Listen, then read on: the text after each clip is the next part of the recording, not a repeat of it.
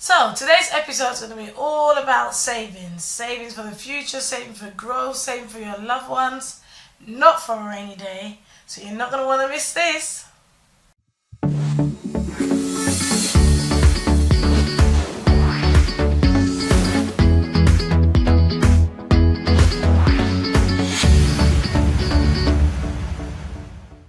Hello and welcome to Set Up for Success. And we're going to be setting our children up for financial success by discussing the topic of savings.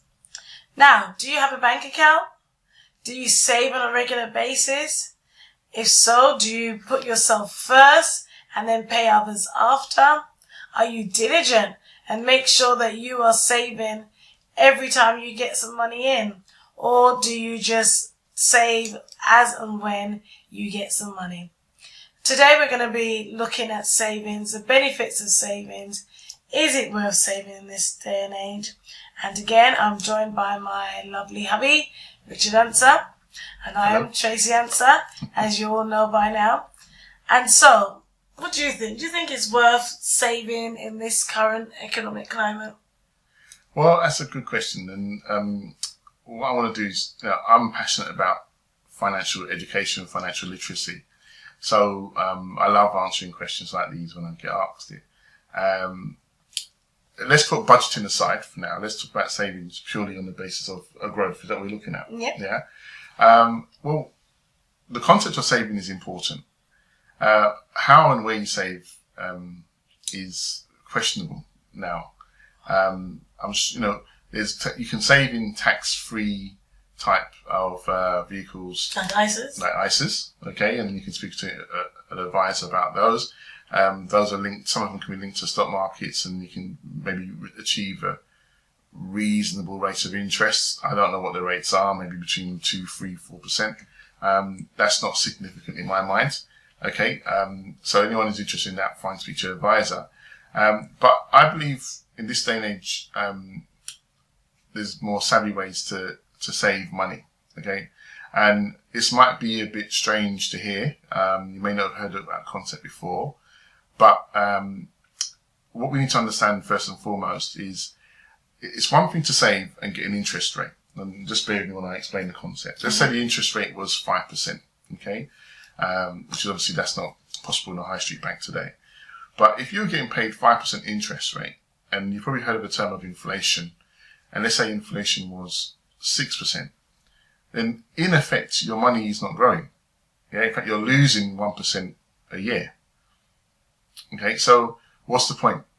In other words, if you saved £10,000 in a year, and that included the interest, but in effect, the value in your hands could only purchase you £8,000, for example, worth of goods, you're kind of taking 2 steps backwards for every step you've gone forward. So it doesn't make sense to use, in my mind, to save in what we call fiat currency, your standard pounds, dollars, whatever. In this day and age, because of what's happening in the financial markets at the moment, and what I'm talking about is stuff that really, they don't, when I say they, the government, politicians, whoever, are not promoting this. You're not going to see it on the news about don't save, in banks. The whole point of governments printing money as it is today is to encourage us to spend our money rather than keep it in the bank accounts. But your money can only go so far. Yeah, 20 years ago, £100 can buy you a significant amount more than what £100 can buy today. So when you're looking about saving, don't just look at, well, today I have £10 in my account, and a month ahead of time, now I have £50, so I'm doing okay. The question is, what is that £50 going to do for you today, which you could have done 6 months ago? It probably can do a lot less. So you should consider looking into other assets to invest. Well, no, invest is the wrong term. To save in. For example, exchanging your pounds, euros, dollars into something that will never ever die or depreciate or be affected by inflation, such as gold and silver. And there's ways and means you can do that. And so at least in the event of, and this again, it also affected on what you want to use the savings for. If you're saying, I just want to save and not touch the money for the next 10, 15, 20 years for my children, for them to perhaps have a deposit for a house, buy a car, whatever, then that will actually be a very good idea, because of, if you just look at historically, the purchasing power of pounds, dollars, euros is going down, but the purchasing power of gold, silver is always going up. So over time, you're protecting your wealth. And it'd be a good thing to look to put some money away on that basis to protect the wealth that you have and not have it erode and disappear. And so you can't do anything about that. And if you don't believe what I'm saying, just speak to those people. Well, probably a bit of a tongue-in-cheek point to say, but look at the history even today in Venezuela. Look at what happened in Greece and Cyprus a couple of years ago. They couldn't even access their money, let alone spend it. And those who had savings, it's disappeared and eroded completely because the purchasing power disintegrated. So it'd be something to consider, especially for the future.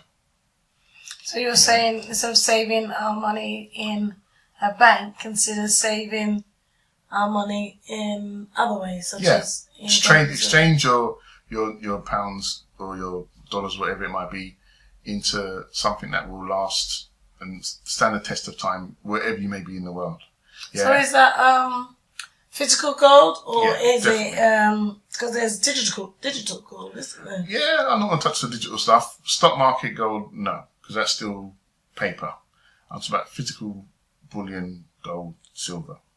You can have that and make that available to you. A lot of people believe that it's out of your reach. If you can buy a 0.1 of a gram for less than a fiver. Yeah, so anyone can get involved and put money aside to protect their wealth. It's not for you to spend for holiday. I'm not talking about that type of saving. I'm talking about long-term saving with a view of seeing a growth in your money over a period of time. All right. So say for example, someone did want to buy gold. Is it something that you just go to a normal jewelry shop to get? Where do you go to buy gold? Well, I'm talking about highest quality gold, which is 24 karat 9999 quality gold. And 24 karat gold is very soft, so it's not turned into jewelry. So you look to go to professional dealers. The thing you need to really focus on is it authentic? So is it certified? Is it genuine? So there's only certain places you could go to purchase that, and that's something we could definitely help with if you're interested in something like that. Just look at the links below this video for more information. But yeah, the physical gold and silver, whether you have it stored, whether it's delivered to you, something definitely worthwhile looking to protect your wealth. That's a definite. And this is something that your financial advisor is not going to tell you because they're not trained, they don't understand that. But when it looks at, you look at inflation and what it's doing and eroding your wealth, which I touched upon a couple of series ago by buying a house, the same type of scenario, because it's printing so much money. How far can that pound stretch? If it's only doing a limited amount today, 10 years time, it may not even exist. No. Okay, so this is what I'm talking about. And then if you've got £50,000 in your account today, and you could put a deposit on a house, and then tomorrow something took place economically and you couldn't buy a loaf of bread with that same £50,000, your money has just disappeared. It's eroded because of inflation. So is it really a saving? Yeah. So it's a stealth tax. It's like literally a thief in the night just stealing from you. Every time you put something down, they're taking it out of your pocket and you don't even realize till it's too late. So having something like gold and silver is ring fences your wealth. And at least you're exchanging the currency that you're earning today in pounds, euros, dollars, wherever you may be around the world. You can exchange that for something solid that's recognized, has stood the test of time for the last 6,000 years, and by default is recognized as money. So previously you mentioned storage of gold. If somebody wanted to go out and buy some gold, or they bought some gold coins, for example, what's the best way to store it? Just store it in a vault. You can either have it stored by the supplier you purchase it from, or you can get it stored in the vault privately, Brilliant. local to where you live. Okay. So, what type of gold is the best type to buy? How do you know what to buy and that you're not being cheated? Just don't get it from some fly-by-night company. Yeah, make sure that they are, the company itself has a decent reputation, and the gold itself, make sure it's authenticated, has certificates, and it states that it's genuine, it has a unique serial number, and get it tested if you feel. If you don't trust the company, you don't buy it. But ultimately, there's companies you can research which has ironclad reputation that you can source and get your gold from. And so how does it come? What are the different types that you can buy? So you can buy it in bars, you can get it in coins. Those are two most popular ways. I'm not talking about collector's gold or what you call numismatic gold. I'm just talking about pure plain bullion gold. You can get collectors, but I'm not really, that's beyond the discussion for this particular video. It's more for just plain bullion gold. Coins, and there's different varieties of coins. That's down to your own personal choice. Whether that's sovereigns in the UK, Britannias in the UK, American Eagles, Maples from Canada, whatever. Doesn't really matter. The main thing is how pure it is, and is it genuine. Okay, and is it as easy to save? So, for example, you'd put £100 away in your bank account. Is it that easy to save, say, £100 a month in gold? I only know of one company that allows you to do it like an actual savings. So you're putting money aside. Well, you don't even put money aside. You're exchanging. The best way to describe it is you're exchanging your cash to physical gold. Right. Okay. And it does it on an automated basis, like a standing order coming at your account. So you can see that accumulating. Okay, good. Okay, so, well, thank you for that. It's good to know that there are alternatives to just saving our money in a bank account. Yeah.